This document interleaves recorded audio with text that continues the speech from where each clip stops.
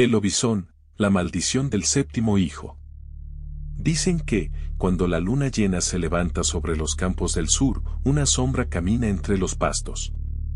Algunos aseguran que es solo un perro salvaje. Otros, que es un hombre maldito, condenado por su propio nacimiento. En los pueblos rurales del Río de la Plata, aún se cuenta la historia del lobizón, el séptimo hijo varón, marcado por una antigua maldición. Una criatura mitad hombre, mitad bestia, que recorre los caminos en noches sin descanso, buscando lo que le fue negado, la paz. Quienes lo han visto dicen que sus ojos arden como brasas y que su aullido puede helar la sangre incluso del más valiente. Hay quienes aseguran que aparece justo cuando los perros comienzan a ladrar sin razón, y que, si lo miras a los ojos, su maldición podría pasar a ti. ¿Mito o realidad? Esa es la pregunta que aún se hacen los hombres del campo, generación tras generación. Porque, aunque nadie ha podido probar su existencia, tampoco han logrado negarla. Nadie sabe con certeza cuándo nació la historia del lobizón. Algunos rastrean su origen a las viejas creencias traídas por los colonos europeos, otros dicen que viene de los pueblos guaraníes, que temían a espíritus capaces de tomar forma humana. Con el paso del tiempo, esas historias se mezclaron con la fe cristiana y el temor al pecado. Así surgió la maldición del séptimo hijo varón. Se decía que, si una familia tenía 7 hijos consecutivos, el último estaba destinado a transformarse en lobizón. Un ser condenado a vagar las noches de luna llena, cubierto de pelo, con colmillos afilados y hambre de sangre. Un alma dividida entre lo humano y lo salvaje. Los viejos sacerdotes contaban que el único modo de romper la maldición era si el séptimo hijo era bautizado por el presidente de la República, un gesto que lo reconocía como ahijado del Estado. Una costumbre que, aunque hoy parezca extraña, aún se mantiene en algunas regiones del Río de la Plata. Pero la superstición era más fuerte que la razón.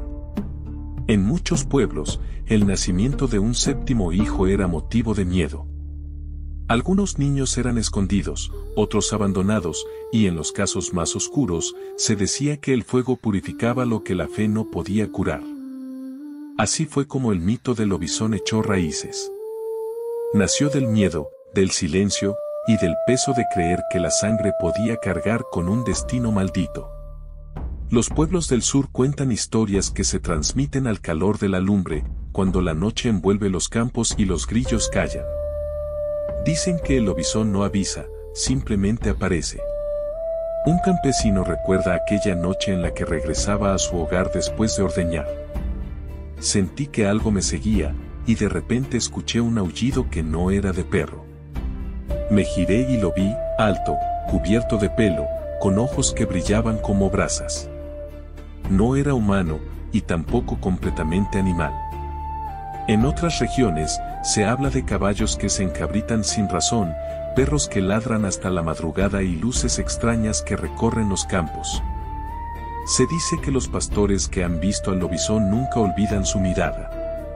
Una mezcla de miedo, sorpresa y algo que no pueden explicar. Los relatos coinciden en un detalle, solo aparece las noches de luna llena. Y aunque muchos lo consideran leyenda, otros juran haber encontrado huellas enormes entre la hierba húmeda, como si alguien, o algo, hubiera caminado con pasos demasiado grandes para ser humanos.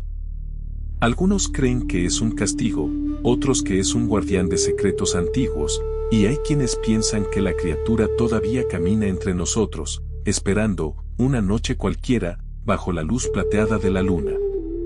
¿Mito o realidad? Cada testimonio deja la duda flotando en el aire, como si el lobizón existiera en la frontera entre lo visible y lo que solo puede imaginar la mente humana. La maldición del séptimo hijo varón es un peso que se hereda antes del primer aliento. Se dice que, al cumplir cierta edad, el niño comienza a mostrar cambios sutiles, inexplicables, un crecimiento más rápido, fuerza inusual, reflejos felinos. Y cuando la luna llena alcanza su punto más alto, la transformación se completa. El hombre se convierte en lobizón, mitad hombre, mitad bestia, atrapado entre dos mundos. Su rostro humano desaparece bajo una máscara de pelo, sus manos se alargan en garras, y un hambre primitiva lo domina. Los ancianos advierten que no hay manera de escapar de la maldición.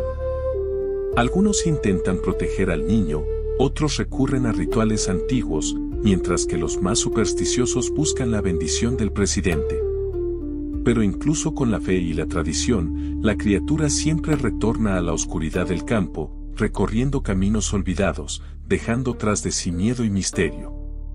Y aunque el lobizón aterroriza, no siempre busca hacer daño.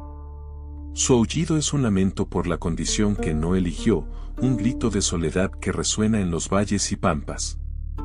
Es un ser condenado a vagar entre la luz y la sombra, recordándonos que algunas historias no mueren, solo esperan la noche para despertar.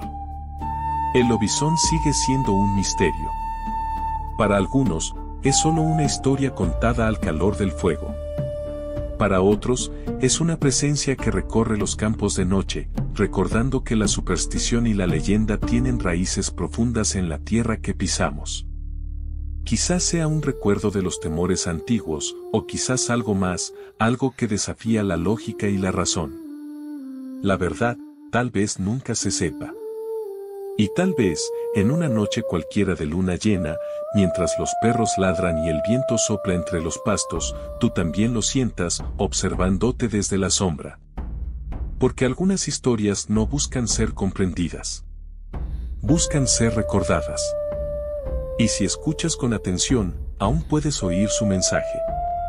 No todo lo que camina bajo la luna pertenece a este mundo.